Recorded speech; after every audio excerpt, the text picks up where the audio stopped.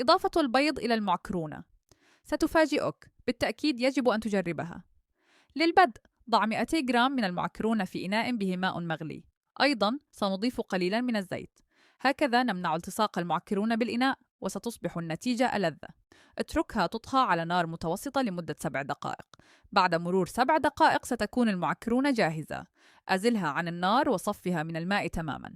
ضع المعكرونة في وعاء كبير. الآن أضف 4 بيضات في درجة حرارة الغرفة. نتبلها بالملح حسب الرغبة وقليلا من الفلفل الأسود وملعقة صغيرة من مسحوق الثوم.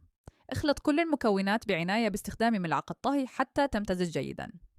ملاحظة: سيسعدني معرفة من أي دولة تشاهدنا لنرسل لك تحية في وصفاتنا القادمة. دعمكم يعني لنا الكثير ونحن نحب معرفة أنكم تستمتعون بوصفاتنا. الآن سأضيف السمك المطبوخ ونصف فليفلة حمراء مقطعة مكعبات و55 جراما من جبن الموزاريلا المبشور. اخلط مرة أخرى لتوزيع المكونات الجديدة. إذا كانت هذه أول مرة تشاهد فيها إحدى وصفاتي فمرحبا بك. يرجى إخباري من أي دولة تشاهدنا منها لإرسال تحية خاصة لك. هكذا يجب أن يبدو الخليط.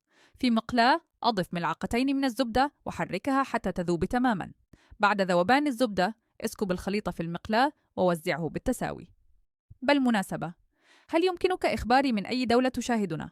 أحب أن أرسل تحية لك في وصفاتنا القادمة. اليوم أرسل تحية كبيرة لمروان من المغرب، وأم محسن من السعودية، وأمنا من موريتانيا، وبلطيفة من المغرب.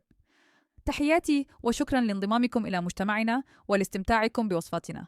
سأغطي المقلاة وأتركها تطهى على نار متوسطة لمدة 10 دقائق حتى تختلط النكهات تماما. الوصفة جاهزة الآن. يمكنك إضافة جبن البارميزان إذا رغبت، لكنه اختياري. سأضيف أيضا قليلا من البقدونس المجفف لإعطاء نكهة منعشة. هكذا أصبحت جاهزة. انظر كم تبدو لذيذة. إنها وصفة بسيطة وسهلة. أنت مؤكد أنك ستستمتع بكل قضمة.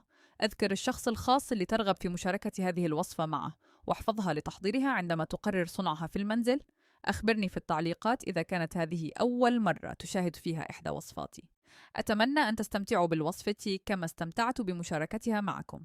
أشكر كل من شاهد الوصفة حتى النهاية من كل قلبي.